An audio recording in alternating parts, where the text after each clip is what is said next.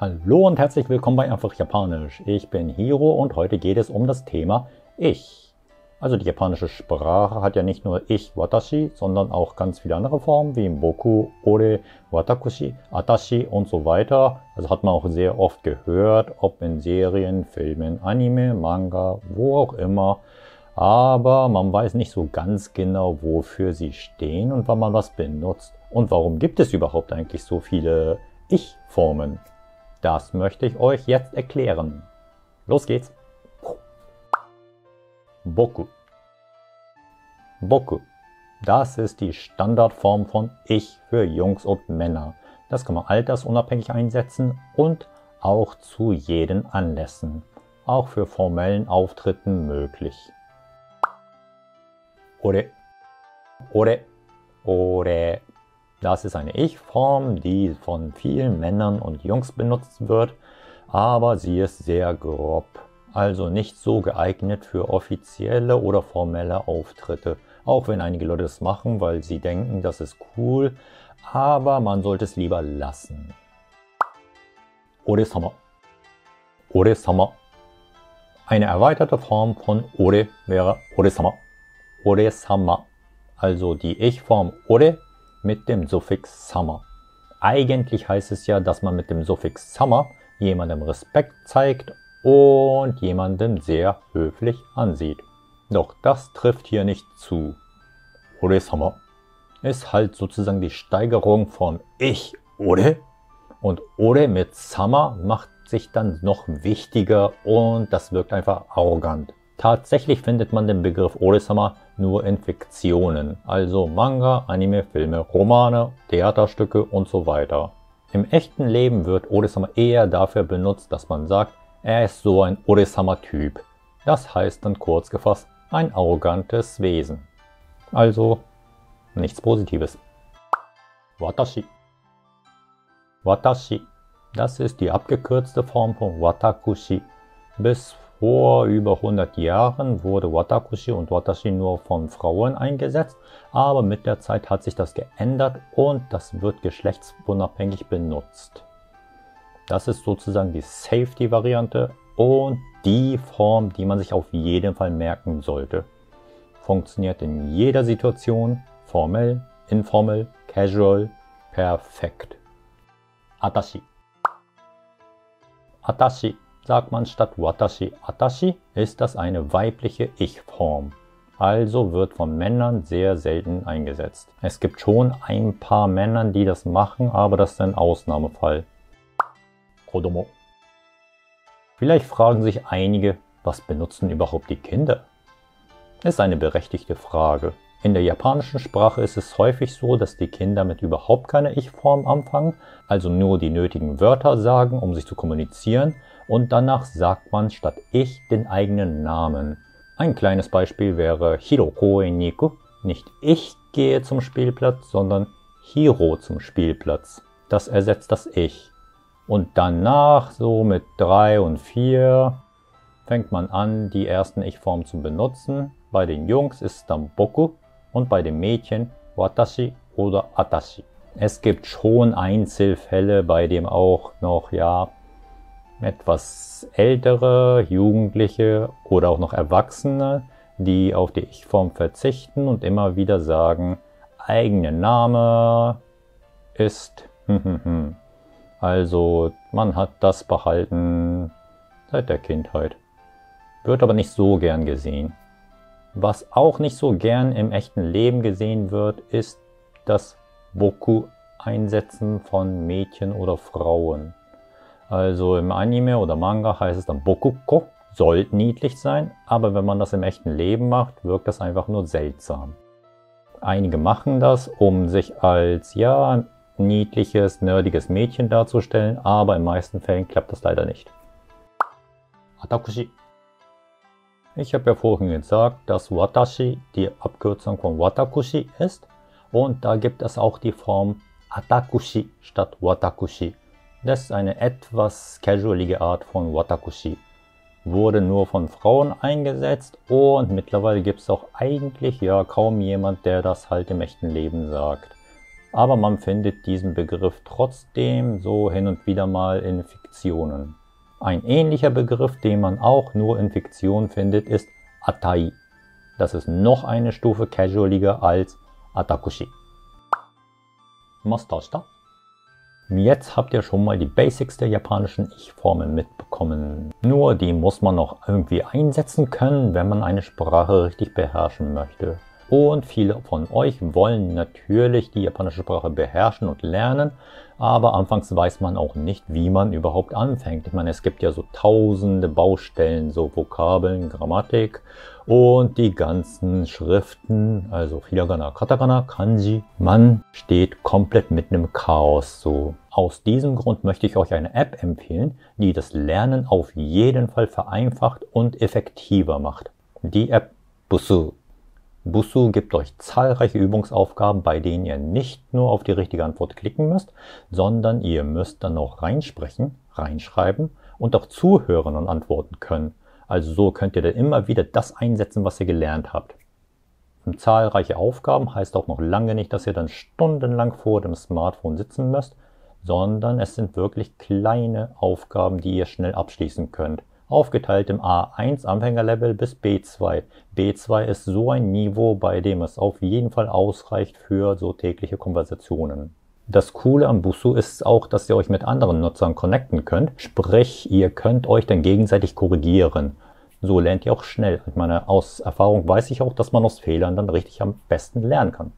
Natürlich könnt ihr auch mit eurem persönlichen Lehrplan bestimmen, wie viel und wie oft ihr in einer Woche lernen wollt. Ich persönlich denke und weiß auch, dass es viel besser ist, halt jeden Tag 5 Minuten zu lernen, als nur einmal im Monat 8 Stunden. Busuu ist auch der Meinung und gibt euch ganz viele Mikroziele, die ihr schnell erreichen könnt. Das wird halt mit Punkten belohnt. Es gibt auch eine Bestenliste der Woche, dass ihr euch mit anderen Usern messen könnt. Solche Gamification-Methode, also sprich spielerische Elemente im Leben einzubauen, finde ich echt cool und effizient. Ich mag das. Und auch aus meiner persönlichen Erfahrung kann ich auch sagen, dass die Busuu-Methode funktioniert. Denn natürlich musste ich nicht Japanisch lernen, aber als ich die Sprache Französisch gelernt habe, hatte ich auch immer Busuu bei mir als Begleitung und schon in wenigen Monaten hatte ich so A2 B1 Niveau erreicht. Daher weiß ich auch, wie die App funktioniert und dass sie funktioniert, daher kann ich sie euch auch empfehlen. Wollt ihr Busuu kostenlos ausprobieren? Findet ihr den Link unten in der Beschreibung. Gefällt euch das Ganze, gibt es auch einen Premium-Account mit den ganzen Zusatzfeatures. Und jetzt zurück zum Thema Ich. Jibun. Jibun. Jibun. Das heißt selbst und das ist eine Ich-Form, die oft von sehr sportlichen, ausgebildeten Leuten oder auch von Leuten eingesetzt wird, die sehr viel Wert auf Hierarchie legen. Uchi. Uchi. Uchi. Das ist ein Begriff, der so für Besitzverhältnis steht. Und wörtlich übersetzt heißt es eigentlich ja Heim, zu Hause. Und wenn man zum Beispiel sagt Uchi no Inu, heißt es dann der Hund von mir, also der Hund von mir zu Hause. Also kurz mein Hund. In Kansai-Region benutzen viele Frauen Uchi statt Watashi. Klingt für Tokioter manchmal ein bisschen aufdringlich, wenn jemand mit Uchiga, Uchiga, Uchiga, ich kommt. Hat aber auch sehr stark mit dem Sprachfluss des Dialekts zu tun. Weil auf Kansai bin, also Kansai-Dialekt, ist es dann so, dass die Leute sehr schnell sprechen, als werden die Wörter einfach schnell runtergerattert. Das hinterlässt den Eindruck, als würde man ja nicht angegriffen, aber schon ein bisschen überfallen mit Wörtern. Denken zumindest viele aus Tokio. Tokubetsu na Yatsu. Es gibt auch Ich-Formen, die die Position des Sprechers klar zum Ausdruck bringen. Honkan. Honkan, Honkan. Das wäre so wörtlich übersetzt etwa Ich Beamter wird vom Polizisten benutzt, um klar zu sagen, ich Beamter bin so und so. Früher häufiger eingesetzt, mittlerweile aber auch nur in Fiktionen, um die Charaktereigenschaft etwas zu differenzieren. Soregashi. Soregashi. Soregashi. Das wird im echten Leben überhaupt nicht mehr eingesetzt, aber früher wurde das von Kriegern eingesetzt in der Sengoku-Zeit, etwa im 15. Jahrhundert. Soregashi. Seisha. Zu ähnlichen Zeiten gibt es auch Begriffe für Ich, Sessha. Sessha. Auch für Krieger oder Ninja zum Beispiel. Oder Sesso für Priester. Qing. Qing. Das gehört zu den besondersten Ich-Begriffen der japanischen Sprache. Das ist eine Ich-Form, die nur von dem chinesischen Gottkaiser Qin Shi Huang eingesetzt wurde. Niemand sonst durfte diese Ich-Form einsetzen. Wird heutzutage nicht mehr eingesetzt, außer in Fiktionen, um auszudrücken, dass es sich um eine einzigartige Person handelt. Dieser Begriff wurde aber auch für Übersetzungen eingesetzt, wie zum Beispiel der Spruch von Louis XIV. L'État c'est moi, also der Staat bin ich. Im Deutschen ist das ja ich und im Englischen ist es ja I. Aber im Japanischen wurde das mit Qing wa kokkanari übersetzt. Qing, also zum Ausdruck des einzigartigen Wesens, ist der Staat. Also mit dem Einsatz von Qing wurde hier zum Ausdruck gebracht, dass es sich um eine Person handelt, die eine äußerst hochmütige Art hat. Alleine mit dem kurzen Satz konnte man gleich verstehen, was für eine Person das ist. Zumindest für die gebildeten Personen, die wussten, was für eine Konnotation Qing hat. Nase? Und was ist eigentlich der Grund, warum die japanische Sprache so viele Ich-Formen hat? Das hat mit der ganzen Gesellschaft zu tun und mit der Denkweise vom Gott. Also im Westen ist der Grundgedanke oft so: ein Gott, der Gott und die Menschen. Alle gleich ich. Dagegen gibt es in Japan Millionen von Göttern, also Götter für Fernseher, Götter für Wände und selbst Onkel oder Brüder könnten auch zu Gottheiten werden. Es gibt dann tausende von verschiedenen Positionsarten. Zudem kommt es auch noch, dass in der japanischen Gesellschaft, die Community viel wichtiger war als das Individuum. Sprich, je nachdem, in was für einer Beziehung, Verhältnis man zu dem anderen steht, musste man sich auch entscheiden, wie man sich selbst zum Ausdruck bringt. Also nach dem vorherigen Beispiel ist es dann auch so, dass man im Alltagsleben dann Ore sagte, also ein bisschen männlich, kräftig, grob, aber wenn es dann im offiziellen Auftritt ist, dann sagt man plötzlich Watashi, also ich, etwas höfliche, neutrale Art. Das sind so die Theorien und die wahrscheinlichen Gründe, warum die japanische Sprache so viele Ich-Formen hat. Mondai. Schwierig ist sowas natürlich halt beim Übersetzen. Im Japanischen gibt es ja tausende von Ich-Formen, wie ihr schon gemerkt habt, aber in der deutschen Sprache heißt es dann oft nur ich oder meine Wenigkeit. Also solche Arten, Konnotationen der Wörter müsste man halt in der Übersetzung so mit der Wortwahl Sprechart und so zum Ausdruck bringen.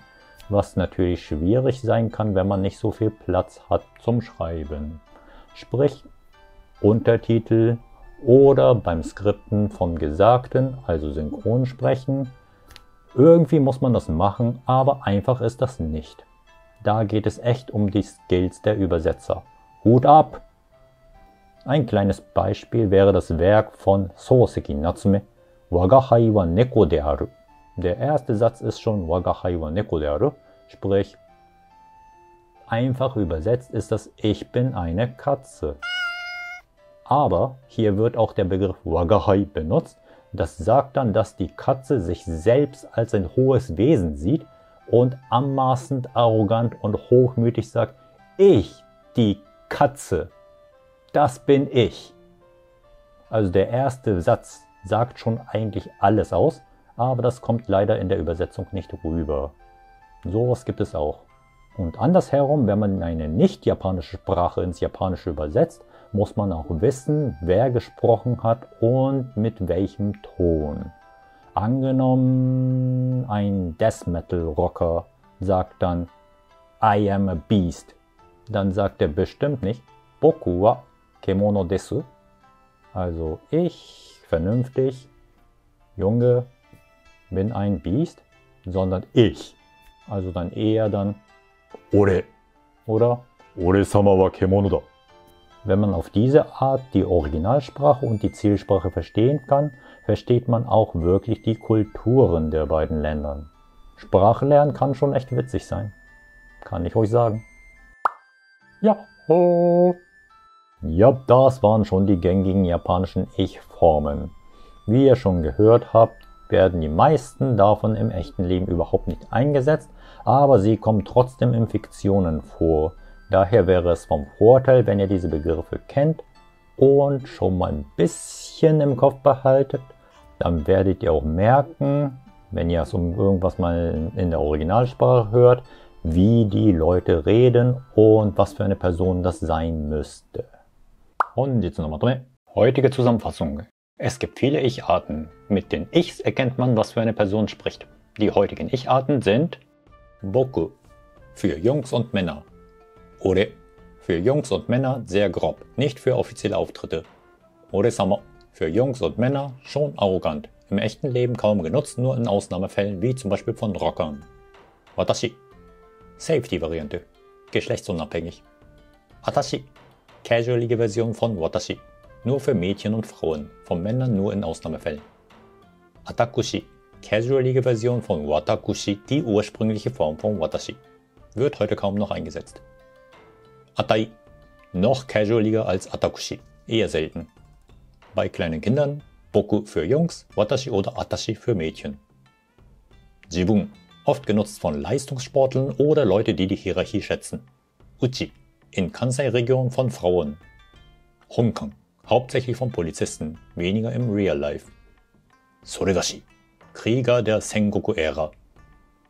Sessha, ähnlich wie Soregashi, so von Ninja, Samurai, Krieger und vieles mehr.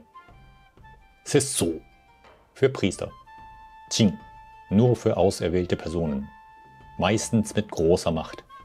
Wagahai, sehr starkes Ich, sehr überheblich. Ansonsten hört man auch Washi, Ich in bestimmten Regionen und in Fiktion oft von älteren Menschen. Danke, dass ihr so lange zugeschaut habt. Hinterlasst mir auch gerne einen Daumen hoch oder Kommentare, mag ich gerne und ich lese mir alle durch und ihr könnt mich auch natürlich mit dem Mitgliedschaft unterstützen. Die Infos findet ihr auch natürlich hier unten. Als Sugoi-Supporter habt ihr die Möglichkeit, in meinen Discord-Server einzutreten und mir direkt Fragen rund um Japan zu stellen. Ihr könnt mir auch gerne auf Instagram oder auf TikTok folgen, da gibt es auch noch weitere Japan-Infos. Ja, da hoffe ich mal, dass wir uns beim nächsten Mal auch wiedersehen. Ciao. Vielen Dank auch an meine Mitglieder. Arigato. Sugoi-Supporterの皆さん。